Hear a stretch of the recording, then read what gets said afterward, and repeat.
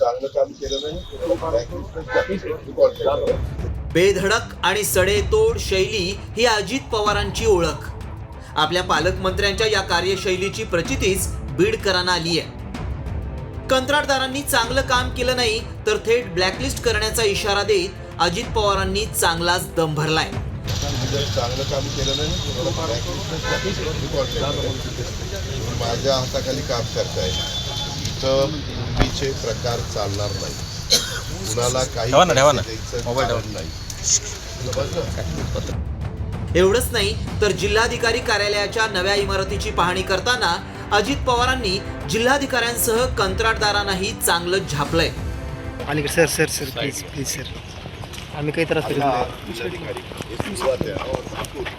त्याचं ग्रॅनाइट आम्हाला दाखवा, त्याच्या फ्लोरिंगला कुठलं काय करणार ते दाखवा, बाथरूम कशा पद्धतीने आपण आता एक आयुर्वेदिक कॉलेजचा बाथरूम केलेला किंवा आमच्या पोलीस उपमुख्यालय त्याला त्याचा कशा पद्धतीने आपण. मात्र बीड जिल्ह्यातील नागरिकांनी विकास कामांवरून अजित पवारांनाच घेरलं. मात्र माझ्याकडे जादूची कांडी नाही असं म्हणत तुमच्या एवढ्या तक्रारी असतील तर जातो, तुमचा पालकमंत्री तुम्ही बघा असं म्हणत अजित पवारांचा पारा चढला.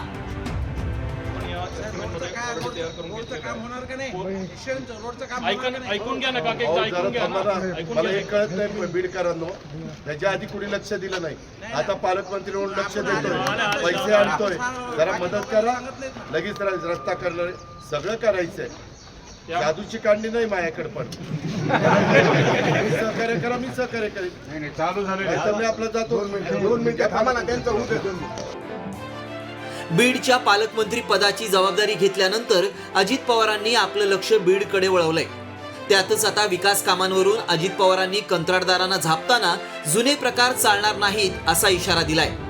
त्यामुळे अजित पवारांची हटके स्टाईल चर्चेचा विषय ठरली आहे. योगेश काशीदचा ब्युरो रिपोर्ट, साम टीव्ही न्यूज, बीड.